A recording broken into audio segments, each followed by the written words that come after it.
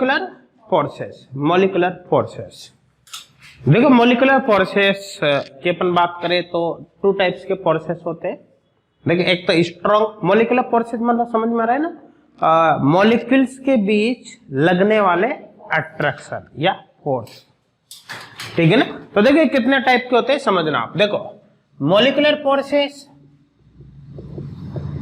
Molecular forces, देखो molecular forces होते हैं स्ट्रॉन्ग, सबसे पहले इंटरमोलिकुलर और इंट्रामोलिकुलर। तो देखिए यहां पर ले लेते हैं सबसे पहले तो अपन इंटरमोलिकुलर, इंटरमोलिकुलर, और एक होता है इंट्रामोलिकुलर, इंट्रामोलिकुलर। देखिए इंट्रा का मतलब सब समझते हो ना। इंटरमोलिकुलर तो मतलब होता है between molecule, intramolecular with in molecule, ठीक है ना। तो ये तो हो गया बिटवीन मॉलिक्यूल्स, बिटवीन मॉलिक्यूल्स, और ये हो गया with in molecules, with in molecules. समझ में आ रहा है सबको, ठीक है ना। तो ये तो हो गया विद इन मॉलिक्यूल और ये हो गया बिटवीन मॉलिक्यूल। देखो सबसे पहले इसकी बात करते हैं। इंट्रा के केस में टू टाइप के केस बनते हैं यहां पर। देखो स्ट्रॉन्ग और वीक, वीक, स्ट्रॉन्ग और वीक। देखो जो स्ट्रॉन्ग मॉलिक्यूलर फोर्सेस है, इंट्रामोलिकुलर फोर्सेस स्ट्रॉन्ग, स्ट्रॉन्ग के केस में क्या होता है ध्यान देना। जैसे यहां पर अपन बात कर सकते हैं, देख कोवेलेंट बॉन्ड, कोवेलेंट बॉन्ड, देखो आयनिक बॉन्ड, आयनिक बॉन्ड और कोऑर्डिनेट बॉन्ड, कोऑर्डिनेट बॉन्ड। देखो इनको इंट्रामोलिकुलर कैटेगरी में क्यों रखा, सबसे पहले समझना। जैसे अपन सिंपल कोवेलेंट बॉन्ड की बात करते हैं तो जो HCl के अंदर है या नहीं है, तो यही तो कोवेलेंट बॉन्ड है। तो विद इन मॉलिक्यूल बीच में आ रहा है, मॉलिक्यूल में ही प्रेजेंट है। देखो आयनिक बॉन्ड भी यही होता है, जैसे NaCl में आयनिक बॉन्ड है, Na+ और Cl- के बीच जो भी बॉन्ड होगा ये विद इन मॉलिक्यूल है या नहीं। कोऑर्डिनेट बॉन्ड भी इसी तरह से, सबको पता है इसे। जैसे मान के चलो कि H3, जैसे यहाँ पर ले NH3 और यहाँ पर BH3, ये कोऑर्डिनेट बॉन्ड है तो विद इन मॉलिक्यूल है, पूरा एक मॉलिक्यूल होगा नहीं होगा, होगा ना। तो ये विद इन मॉलिक्यूल होते हैं और काफी स्ट्रॉन्ग है, कोवेलेंट, आयनिक, कोऑर्डिनेट, इसलिए इस कैटेगरी में अपन रखेंगे। देखो वीक भी होता है, यहाँ पर वीक होता है देखो हाइड्रोजन बॉन्डिंग, तो इंट्रामोलिकुलर हाइड्रोजन बॉन्डिंग होती नहीं होती, वो काफी वीक होती है। तो देखिए यहाँ पर रखेंगे इंट्रामोलिकुलर, इंट्रामोलिकुलर हाइड्रोजन बॉन्डिंग। किसी को कोई डाउट है क्या? नहीं समझ में आ रहा है सबको ये। अब देखो इसकी बात करें अपन इंटरमोलिकुलर, देखिए इंटरमोलिकुलर बिटवीन मॉलिक्यूल्स होते हैं। यहां पर भी दो तरह के केस है, देखो स्ट्रॉन्ग है और वीक है, स्ट्रॉन्ग और वीक, स्ट्रॉन्ग और वीक। देखिए स्ट्रॉन्ग में अपन यहां पर बात करेंगे मेटेलिक बॉन्ड, मेटेलिक बॉन्ड। देखो मेटेलिक बॉन्ड को इस कैटेगरी में क्यों रखा, इंट्रामोलिकुलर के केस में क्यों रखा। स्ट्रॉन्ग तो समझ में आ गया होगा, मेटेलिक बॉन्ड काफी स्ट्रॉन्ग होता है, होता ही नहीं होता। जैसे मान के चलो कोई भी लोहे की छड़ है, क्या आप उसको आसानी से तोड़ दोगे? नहीं तोड़ सकते, क्योंकि उसमें मेटेलिक बॉन्ड प्रेजेंट है, काफी स्ट्रॉन्ग होता है। लेकिन मेटेलिक बॉन्ड को इस कैटेगरी में क्यों रख रहे हैं अपन, ये देखना। जैसे सपोज करो अपन किसी मेटल के स्ट्रक्चर की बात करें, देखो मेटल की स्ट्रक्चर कैसे होती है।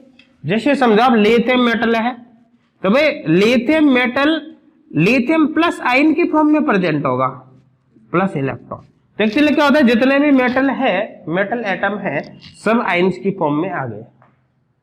अब जब सभी मेटल आयन के फॉर्म में आएंगे तो देखिए इलेक्ट्रॉन्स भी तो होंगे, तो इलेक्ट्रॉन्स का क्या एक क्लाउड बन गया इस तरह से, ठीक है ना। एक इलेक्ट्रॉन्स का क्या हो गया, क्लाउड हो गया।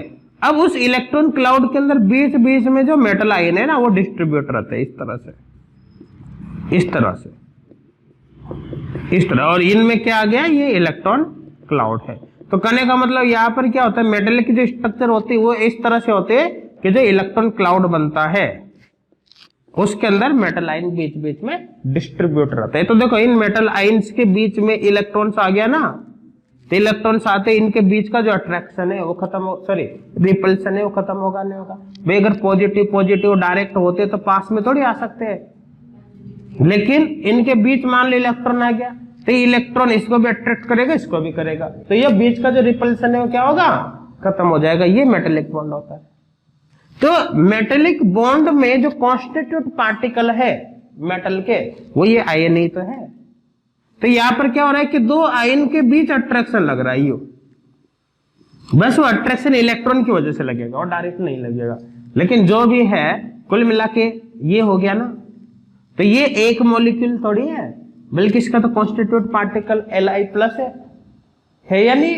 तो just like one molecule, just like one molecule, मतलब दो अलग अलग पार्टिकल के बीच में अट्रैक्शन है ये, इसलिए इसको अपन किस कैटेगरी में रखते हैं, इंटर में। जबकि यहां पर ऐसा हो रहा है कि यहां पर देखो ये पूरा एक कॉन्स्टिट्यूट पार्टिकल है, HCl का जो आप सैंपल लोगे उनके कॉन्स्टिट्यूट पार्टिकल HCl मॉलिक्यूल ही तो होंगे, तो इस मॉलिक्यूल के बीच में अट्रैक्शन है।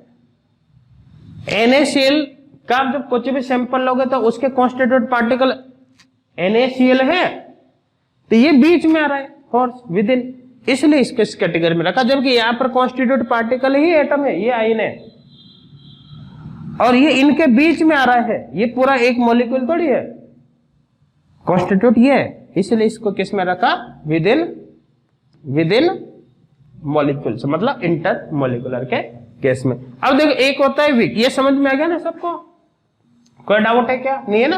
एक केस बनता है यहां पर वीक का। देखो वीक में एक तो होता है इंटरमोलिकुलर हाइड्रोजन बॉन्डिंग, होती नहीं होती, होती ना intermolecular hydrogen bonding, intermolecular hydrogen bonding. और दूसरा होता है यहाँ पर वांडर वाल फोर्स ऑफ अट्रैक्शन या वांडर वाल फोर्सेस, वांडर वाल्स फोर्सेस, समझ में आ रहा। अब देखो वांडर वाल फोर्सेस ये कई टाइप के होते हैं, ठीक है ना। वांडर वाल फोर्सेस में जो मेन टाइप है, देखो मेन टाइप से इसके वो कौन से है, देखो जैसे अपन बात करें ion dipole attraction, ion dipole attraction, ठीक है ना। और यहां पर ले सकते हैं जैसे dipole dipole attraction, dipole dipole attraction, dipole dipole attraction. और देख सकते हैं जैसे ion induced dipole attraction, ion induced dipole attraction, ion induced dipole attraction. देखो और केस होगा जैसे dipole induced dipole attraction, dipole induced dipole attraction,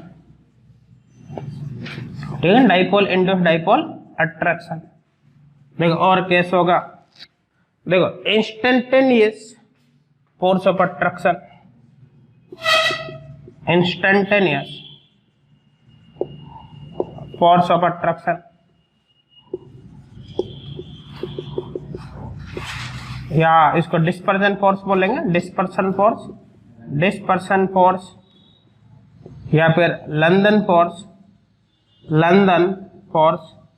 या फिर आप इसको बोलोगे, देखो instantaneous dipole induced dipole attraction, है ना, instantaneous dipole induced dipole attraction, instantaneous dipole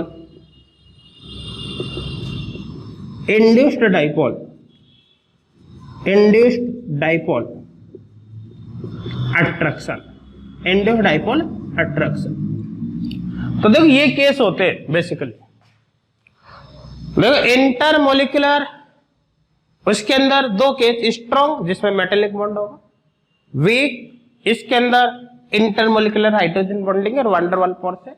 wander वाल फोर्स की बात करेंगे तो ion dipole attraction, dipole dipole attraction, ion induced dipole attraction, dipole induced dipole attraction, और इंस्टेंटेनियस फोर्स ऑफ अट्रैक्शन, या फिर डिस्पर्जन फोर्स या लंदन फोर्स, या फिर बोलोगे आप instantaneous dipole induced dipole attraction. समझ में आ रहा है ना। और जो इंट्रामोलिकुलर फोर्सेस है उसके अंदर भी स्ट्रॉन्ग और वीक है। स्ट्रॉन्ग में आयनिक bond, covalent bond, coordinate bond, और वीक के अंदर इंट्रामोलिकुलर हाइड्रोजन बॉन्डिंग आता है। किसी को कोई डाउट है क्या, नहीं ना, करो यहाँ तक नोट देखो पहले। हाँ, किसी को कोई डाउट है क्या तक, नहीं ना, समझ में आ रहा है सबको ये, ठीक है ना। तो देखो ये जो फोर्सेस अपन ने लिखे अब इनका मतलब क्या है, देखो समझना। देखो जैसे सबसे पहले अपन बात करें यहाँ पर आयन डाइपोल अट्रैक्शन। अब देखो आयन डाइपोल अट्रैक्शन का मतलब क्या होगा, ध्यान देना। Ion dipole attraction, ion dipole attraction. अब इसका मतलब क्या है, देखो अभी अपन ने थोड़ी देर पहले बात करी थी कि यदि हम वाटर के अंदर NaCl डालते हैं तो क्या होता है, किस तरह के फोर्स लगते हैं। तो देखिए यहाँ पर अपन ने बताया था ना कि वाटर ये हो गया, ठीक है ना, इस पर पार्शियल पॉजिटिव या पार्शियल नेगेटिव है या नहीं, इसका तो इसकी तो बॉन्डिंग होगी Na+ से, इसकी होगी Cl- से। इस तरह बताया था, नहीं बताया, अभी बताया था ना। तो देखो भाई ये डाइपोल हो गया, प्लस माइनस है या नहीं, ये डाइपोल हो गया और ये आयन हो गया। तो यहाँ पर जो अट्रैक्शन लग रहा है ये एक डाइपोल और आयन के बीच लग रहा है, नहीं लग रहा। यहां पर देखो ये डाइपोल और ये आयन, तो अट्रैक्शन आयन डाइपोल के बीच है या नहीं, तो ये भी आयन डाइपोल अट्रैक्शन है। ये भी कौन सा है, आयन डाइपोल अट्रैक्शन है। ये आयन डाइपोल अट्रैक्शन, और ये भी कौन सा है, आयन डाइपोल अट्रैक्शन है, आयन डाइपोल अट्रैक्शन। समझ में आ रहा है सबको। हाँ, ये आयन डाइपोल अट्रैक्शन के साथ हाइड्रोजन बॉन्डिंग भी है, हाइड्रोजन बॉन्डिंग भी तो ये, तो देखिए हाइड्रोजन बॉन्डिंग भी, H बॉन्डिंग। हाँ देखो सभी ion dipole attraction H bonding हो ऐसा जरूरी नहीं है, जितने भी आयन डाइपोल अट्रैक्शन है वो हाइड्रोजन बॉन्डिंग हो ऐसा जरूरी नहीं है। यहां पर ऐसा हो रहा है, लेकिन इतना जरूर है, देखो सभी ion dipole attraction hydrogen bonding हो ऐसा जरूरी नहीं है, ठीक है ना। लेकिन हाइड्रोजन बॉन्डिंग 100% आयन डाइपोल ही होती है। समझ में आ रहा है ना। एक मिनट देखो, हेलो, हो गया ना यहां तक। तो देखो ये जो है आयन डाइपोल अट्रैक्शन, ये हाइड्रोजन बॉन्डिंग है। देखो सभी हाइड्रोजन बॉन्डिंग आयन डाइपोल ही होती है, अपन हाइड्रोजन बॉन्डिंग पढ़ेंगे अभी, लेकिन सभी ion dipole attraction hydrogen bonding में ऐसा जरूरी नहीं है। इस बॉन्डिंग के दौरान देखो ये वाटर किसकी तरह एक्ट कर रहा है, ब्रोनस्टेट एसिड की तरह, जटलाई H+ दे रहा है एक तरह से इसको, ठीक है ना। तो यहां पर किसकी तरह बिहेव कर रहा है, देखो H2 एक्ट H ब्रोनस्टेट एसिड, जबकि यहां पर ये ऑक्सीजन के लोन पेयर प्रोवाइड कर रहा है इसको, तो यहां पर लुईस बेस की तरह काम कर रहा है। देखो यहां पर H2 act as Lewis base. तो ऐसा तो हमेशा होता है जब भी वाटर किसी केटाइन के साथ इंटरेक्शन करता है तो उसकी नेचर लुईस बेस की तरह होती है, और एनाइन के साथ इंटरेक्शन करता है तो उसकी नेचर ब्रोनस्टेट एसिड की तरह होता है। ऐसा हमेशा ही होता है, ठीक है ना। तो आयन डाइपोल का मतलब है भाई एक तो डाइपोल होगा, डाइपोल मतलब जिसपे दो पोल बन जाएंगे प्लस माइनस, और उसकी इंटरेक्शन होगी किससे, आयन से। जैसे यहां पर ये हो रहा है, जैसे यहां पर Cl- की इंटरेक्शन हो रही है, इसी तरह से Na+, इसकी इंटरेक्शन ये -+ और इनर। तो एक आयन हो और एक डाइपोल हो, उनके बीच का जो अट्रैक्शन होता है उसी को क्या बोलते हैं, आयन डाइपोल अट्रैक्शन। अब देखो एक टर्म क्लियर हो गया ना आयन डाइपोल, तो इसका मतलब सभी क्लियर हो जाएगी, अब किसी को कोई दिक्कत नहीं आएगी। देखो समझना, जैसे नेक्स्ट कौन सा इसमें डाइपोल है ना। अब देखो अब नाम से ही पता चल जाएगा, जैसे यहाँ पर लिखा है आयन डाइपोल, इसका मतलब अट्रैक्शन एक आयन और एक डाइपोल के बीच है। अब यहाँ पर क्या है, डाइपोल है। अब डायरेक्ट ही बता देता हूं, देखो यहाँ पर कौन सा है, डाइपोल है। तो देखो डाइपोल अट्रैक्शन, इसका मतलब यहाँ पर जो अट्रैक्शन होगा वो दो डाइपोल के बीच में, अट्रैक्शन दो डाइपोल के बीच में होगा। इस तरह से देखिए प्लस माइनस, ये यहां पर ये अट्रैक्शन इस टाइप का, समझ में आ रहा है, ठीक है ना। एग्जाम्पल यहां पर देख सकते हैं हम, जैसे मान लो हमने इसी की बात करी, HBr की बात कर ली, तो देखो HBr ये अट्रैक्शन, देखो ध्यान देना, ये देखो आप, ये पार्शियल पॉजिटिव पार्शियल नेगेटिव, देखो बन रहा है नहीं बन रहा डाइपोल, दो डाइपोल के बीच अट्रैक्शन। और देखे जैसे CO2 देख लिया हमने, देखो CO2 में ये O double bond C double bond O, देखो O double bond C double bond O, देखिए यहाँ पर पार्शियल नेगेटिव आएगा ना, बॉडी टूटेगा ना, partial negative partial positive, partial negative, यहाँ पर देखो partial negative, partial positive, partial negative, ये अट्रैक्शन, नेगेटिव पॉजिटिव, ये अट्रैक्शन। समझ में आ रहा है? और देख लेते हैं, जैसे मान लो SO2 मॉलिक्यूल देख लिया, H डबल बॉन्ड O, ये देखो यहाँ पर ये ले लिया, जैसे H double bond O, double bond O, ये इस टाइप से attraction, partial negative, partial negative, partial positive, ये पार्शियल पॉजिटिव और पार्शियल नेगेटिव, इस तरह से। तो यहाँ पर ये होगा, देखिए partial positive, partial negative, partial negative, इस तरह से करने का मतलब डाइपोल, डाइपोल के बीच लगने वाला अट्रैक्शन इस कैटेगरी में आएगा। ये कर रखा है ना सबने, देखो डाइपोल, डाइपोल के बीच लगने वाला अट्रैक्शन इस कैटेगरी में आएगा। किसी को कोई डाउट है क्या? नहीं ना, समझ में आ रहा है सबको? देखो ध्यान देना, CO2 गैस का लिक्विफिकेशन बहुत आसानी से हो जाता है।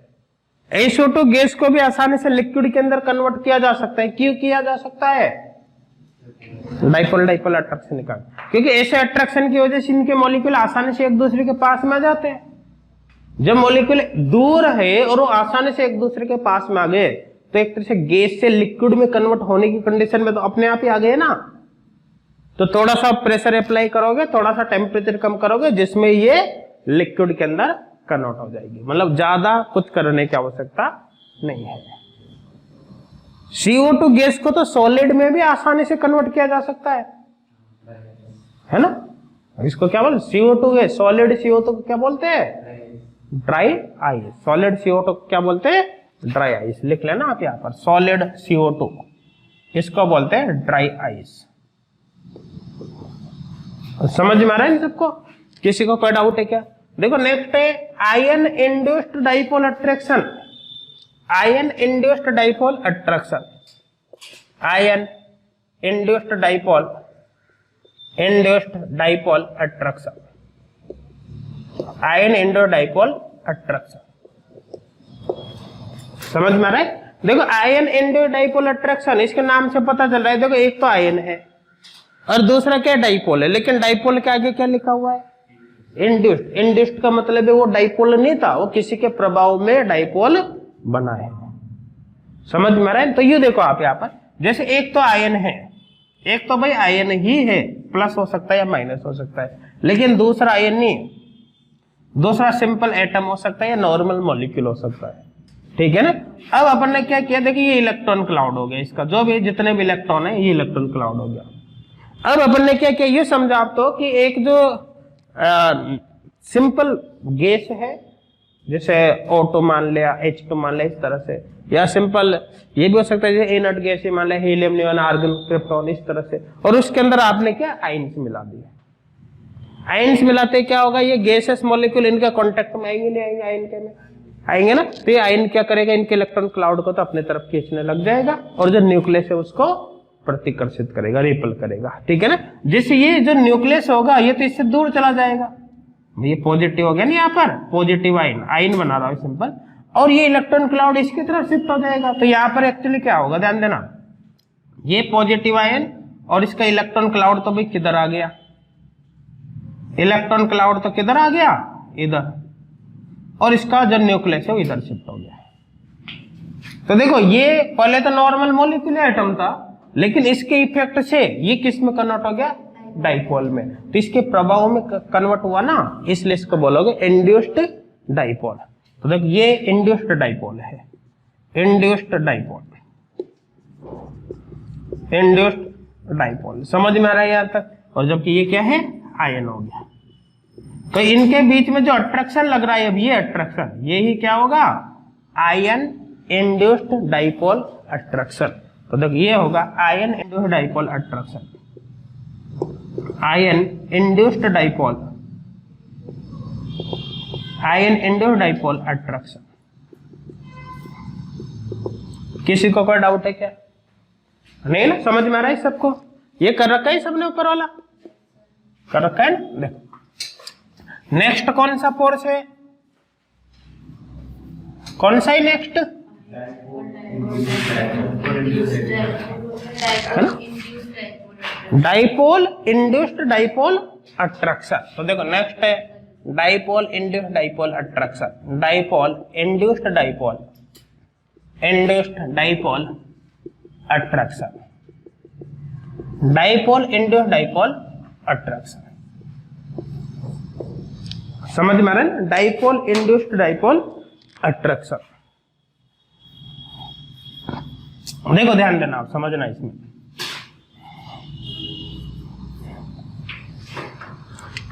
देखो डाइपोल इंड्यूस्ड डाइपोल अट्रैक्शन से मतलब क्या है? देखिए एक डाइपोल है और उसके कांटेक्ट में कोई एटॉमिक स्पीशीज या कोई नॉर्मल मॉलिक्यूल आ जाता है, जैसे O2 H2 इस टाइप का, जिस पर कोई चार्ज नहीं हो कुल मिलाकर, वही यहां पर भी इलेक्ट्रॉन क्लाउड है, ठीक है ना। अब यहां पर क्या होगा, देखो भाई इसको मैं ऐसे कर देता हूं, चले प्लस और ये माइनस। तो देखो ये जो पॉजिटिव चार्ज इसके न्यूक्लियस को तो रिपल करेगा, ये तो डाइपोल है, ये तो क्या है, डाइपोल है। जैसे यहां पर ये आयन है ना, आयन के कांटेक्ट में आया, इसी तरह से भी यहां पर ये डाइपोल के कांटेक्ट में आ रहा है। तो ये डाइपोल का जो पॉजिटिव चार्ज इस न्यूक्लियस को तो प्रतिकर्षित करेगा, रिपल करेगा, तो दूर चला जाएगा नहीं।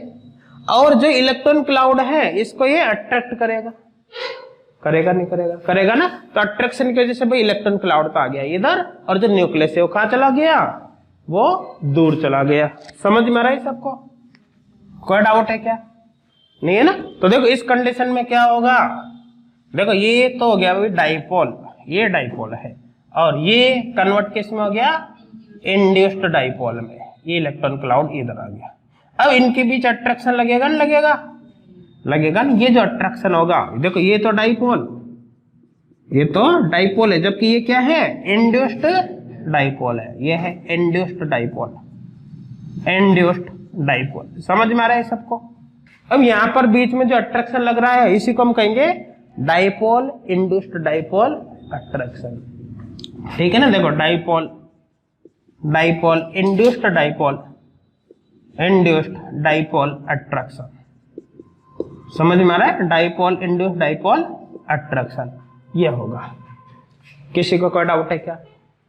नहीं ना, क्लियर है सबके? ये देखो ये कर रखा है सबने इधर वाला कर रखा है ना। अब देखो कौन सा बचा, लंदन फोर्सेस या फिर डिस्पर्सन फोर्सेस या फिर और क्या बोलोगे, instantaneous dipole induced dipole attraction, ठीक है ना। तो देखो नेक्स्ट है लंदन फोर्सेस, लंदन फोर्सेस और डिस्पर्सन फोर्सेस, डिस्पर्सन फोर्सेस या फिर बेसिकली इसको बोलते हैं instantaneous dipole induced dipole attraction. देखो instantaneous dipole induced dipole attraction.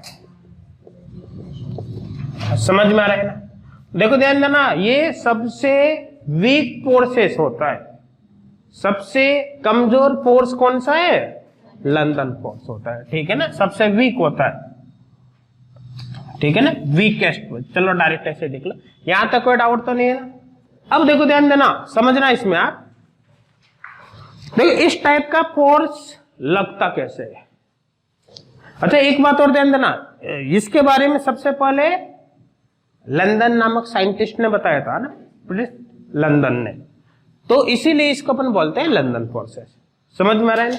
ये देखो ध्यान देना, जो लाइट होती है ना, लाइट के डिस्पर्जन फिनोमिना पर बेस्ड है। ये किस पर आधारित है, लाइट के डिस्पर्जन फिनोमिना पर, इसलिए इसको क्या बोलते हैं, डिस्पर्जन फोर्सेस।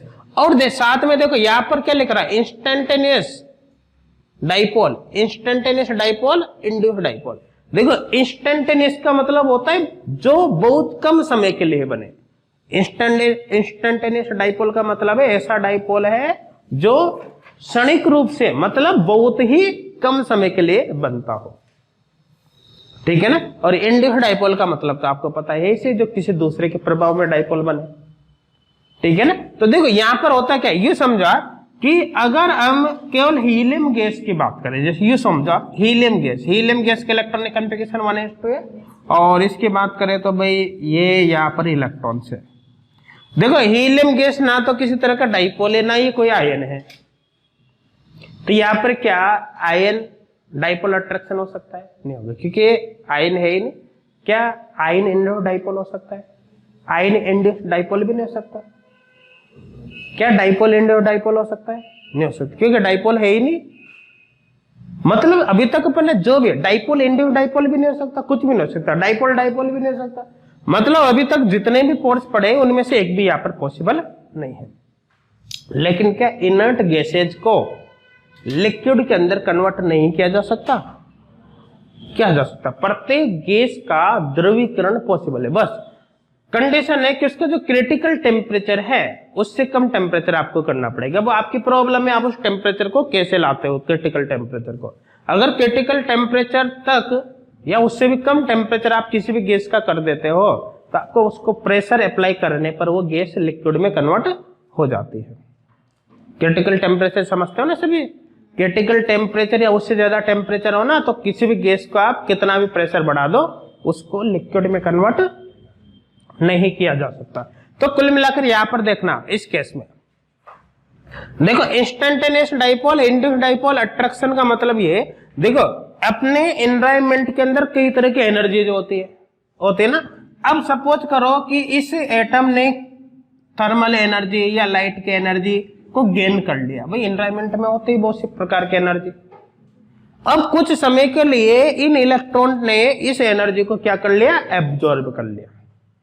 जैसे ही इलेक्ट्रॉन इस एनर्जी को एब्जॉर्ब करेगा, एब्जॉर्ब करते इसकी एनर्जी अचानक बढ़ेगी नहीं बढ़ेगी? और इलेक्ट्रॉन की एनर्जी बढ़ते इसकी वेलोसिटी बढ़ जाएगी। अब देखो ध्यान देना, अगर मान लो कोई तेजी से यहां पर घूम रहा है, तेजी से, जैसे मान लो कि कोई भी व्यक्ति है कि ये ग्राउंड है, ठीक है ना, या ये माना आप तो कि यहां पर देखो एक तरह से अपन ने इस तरह से बना रखा है, यहाँ पर एक पाथ बना रखा है और इसके अंदर एक छोटी सी बॉल है जिसको अपन ने इसके अंदर डाल दिया। अब धीरे धीरे धीरे धीरे इसमें गति कर रही है, क्योंकि उसको एक अपन ने बाउंड्री टाइप बना दिया कि इसी के अंदर गति करेगी बॉल। अब अचानक आपने इस बॉल की स्पीड को बहुत ज्यादा कर दिया, ज्यादा करते क्या इसके अंदर ये रोटेट होने लगेगी? नहीं होगी, इससे निकलकर बाहर आ जाएगी। समझ में? करने का मतलब है जब वेलोसिटी आप सडनली बढ़ाओगे ना तो वो बॉल अपने पाथ से दूर जाने की कोशिश करेगी उससे। समझ में आ रहा है? क्योंकि बाहर सेंट्रीफ्यूगल फोर्स बढ़ जाएगा एक तरह से, उसका बाहर की तरफ लगने वाला फोर्स। समझ में आ रहा है? ये यहां पर होगा कि इस न्यूक्लियस के चारों ओर गति करता हुआ इलेक्ट्रॉन जब एनवायरनमेंट से कुछ एनर्जी को किसी भी कारणवश एब्जॉर्ब करता है तो उसकी वेलोसिटी अचानक बढ़ जाएगी। वेलोसिटी बढ़ते ही क्या होगा कि सेंट्रीफ्यूगल फोर्स बढ़ेगा, जिससे ये न्यूक्लियस से दूर जाने की कोशिश करेगा, जिससे इसका पाथ डेविएट हो जाएगा कुछ समय के लिए।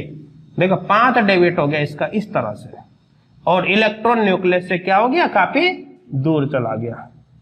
जब इलेक्ट्रॉन न्यूक्लियस से काफी दूर चले जाएगा, इलेक्ट्रॉन क्लाउड हो गया। इलेक्ट्रॉन जब न्यूक्लियस से काफी दूर चला जाएगा तो एक तरफ तो भाई नेगेटिव आ गया, इलेक्ट्रॉन की वजह से एक तरफ तो क्या चार्ज आ गया? नेगेटिव, और एक तरफ क्या चार्ज आ गया? पॉजिटिव।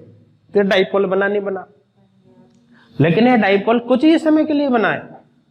जैसे इस एनर्जी का इफेक्ट खत्म होगा, खत्म होते ही क्या होगा? ये वापस इसी में कन्वर्ट हो जाएगा,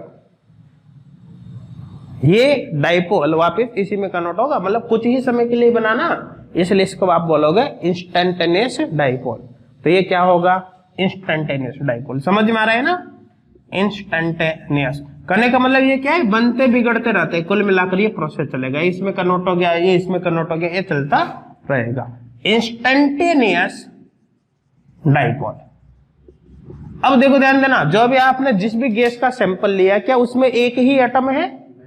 उसमें तो बहुत सारे एटम है। तो देखो ये इसमें कन्वर्ट हो गया, लेकिन इसके आसपास और भी तो मॉलिक्यूल होंगे, एटम होंगे नहीं होंगे? एटम मॉलिक्यूल जो भी और भी होंगे ना।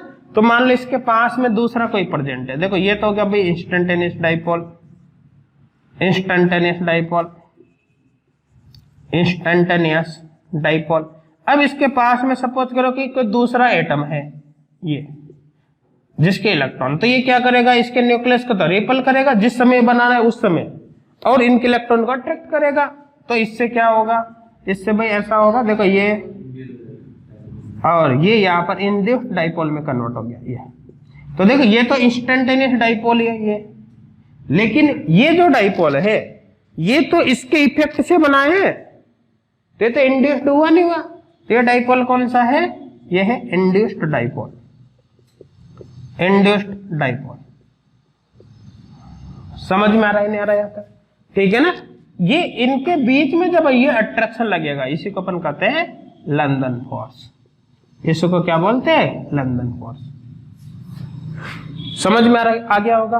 तो देखो यहाँ पे लंदन फोर्स तो इसके बारे में लंदन ने बताया इसलिए बोला। और डिस्पर्जन फोर्स क्योंकि ये जो लाइट के डिस्पर्जन फिनोमिना पर है बेस्ड है इसलिए डिस्पर्जन फोर्स बोलते हैं। और इंस्टेंटेनियस डाइपोल इंड्यूस्ड डाइपोल क्यों बोलते हैं? क्योंकि देखो यहाँ पर जो पहले डाइपोल बनता है वो इंस्टेंटेनियस है, वो एनवायरमेंट से कुछ एनर्जी को गेन करने के कारण कुछ समय के लिए बनाया। और इंस्टेंटेनियस डाइपोल के कांटेक्ट में जब दूसरा एटॉमिक मॉलिक्यूल आता है तो वो किस में कन्वर्ट होता है? इंड्यूस्ड डाइपोल में। तो ये जो अट्रैक्शन लग रहा है वो इंस्टेंटेनियस डाइपोल और इंड्यूस्ड डाइपोल के बीच लग रहा है, इसलिए इसको बोलते हैं लंदन फोर्स या instantaneous dipole induced dipole attraction. समझ में आ रहा है? अब देखो एक बात समझना, ये इंस्टेंटेनियस जो डाइपोल है ये तो कुछ ही समय के लिए बना है ना, ये इंस्टेंटेनियस डाइपोल तो कुछ समय के लिए बना है। तो जैसे ये इंस्टेंटेनियस डाइपोल वापस इसमें कन्वर्ट होगा, कन्वर्ट होते ये यहाँ का फोर्स खत्म होगा नहीं होगा, और ये फोर्स खत्म हो गया तो आपका जो इंड्यूस्ड डाइपोल है ये भी खत्म हो जाएगा, ये भी वापस इसी में कन्वर्ट हो जाएगा, होगा नहीं होगा। लेकिन ऐसा एक एटम दो एटम थोड़ी है, कुछ में लग रहा है और कुछ में वापस खत्म हो रहा है, कुछ में लग रहा है कुछ में खत्म हो रहा है, ये प्रोसेस कंटिन्यू चलता जाएगा, मतलब जस्ट लाइक इक्विलिब्रियम। ठीक है ना, इसलिए ये कंटिन्यूस फोर्स बना रहता है लेकिन सबसे वीक हो जाता है क्योंकि परमानेंट लग ही नहीं पाता। समझ में आया ना? कुछ समय के लिए मॉलिक्यूल्स के बीच में लगता है फिर खत्म हो जाता है, फिर लगता है फिर खत्म हो जाता है, इस तरह से ये काफी वीक होता है। सबसे वीक फोर्स ही होता है कौन सा? London force. किसी को कोई डाउट है क्या? है ना, क्लियर है यहाँ तक सबके? है ना, कर लो इसको नोट पहले, कर लिया क्या सबने? हो गया।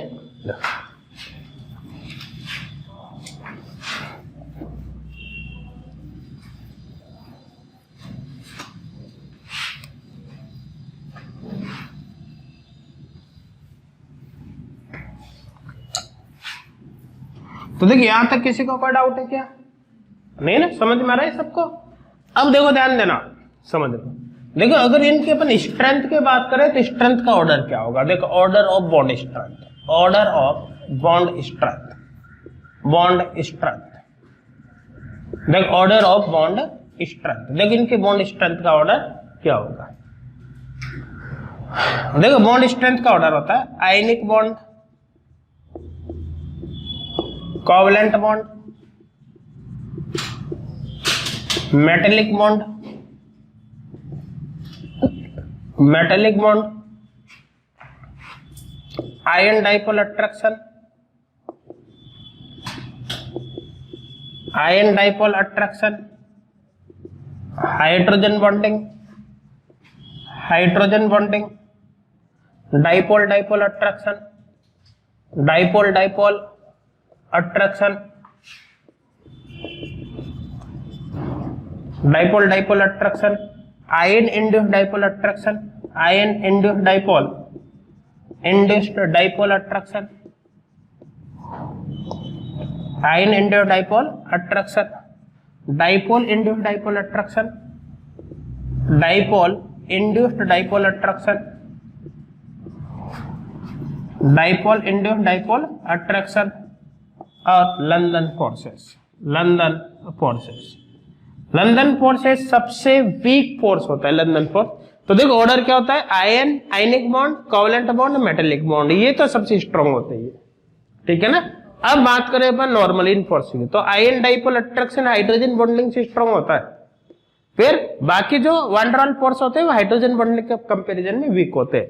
तो हाइड्रोजन बॉन्डिंग फिर डाइपोल डाइपोल अट्रैक्शन।